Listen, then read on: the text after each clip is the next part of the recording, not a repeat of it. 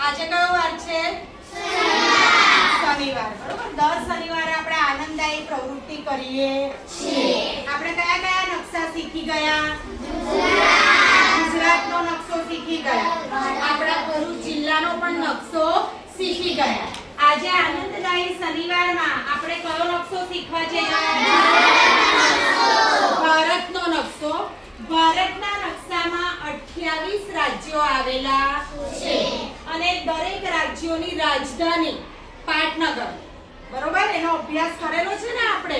તો એ દરેક રાજ્યોની રાજધાની પણ આવેલી છે. તો આ રાજ્યો અને રાજધાની એના વિશે આજે આપણે આખો નકશો દોરીશું અને એનો બરાબર અભ્યાસ કરીશું. આમાં તમને 28 કરતા વધારે દેખાતા હશે નામ. તો બીજા 8 કેન્દ્રશાસિત પ્રદેશો પણ આવેલા છે. તો 28 રાજ્યો અને 8 કેન્દ્રશાસિત પ્રદેશો. આ નકશો તમારે આપેલા A4 સાઈઝના કાગળ ઉપર જાતે દોરવાનો છે અને બધા રાજ્યો અલગ અલગ રંગથી દર્શાવવાના છે. આનાથી તમને ઘણું બધું શીખવા મળશે. જેવી રીતે આ ગુજરાત રાજ્ય, તો એની આજુબાજુ કયા પાડોશી રાજ્યો આવેલા છે? અને નીચેના ભાગમાં દરિયાઈ સીમા લાગે છે. તો કયા કયા રાજ્યોને દરિયાઈ સીમા લાગે છે?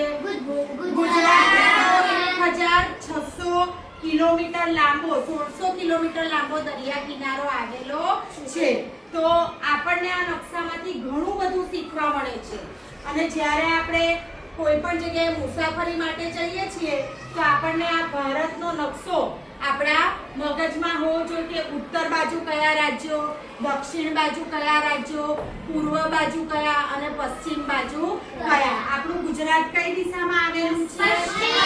પશ્ચિમ બાજુ આવેલું છે. તો બધાને ગમશે ને આ નકશાનું કામ કરવું? સરસ. ચાલો હવે તમને કાગળ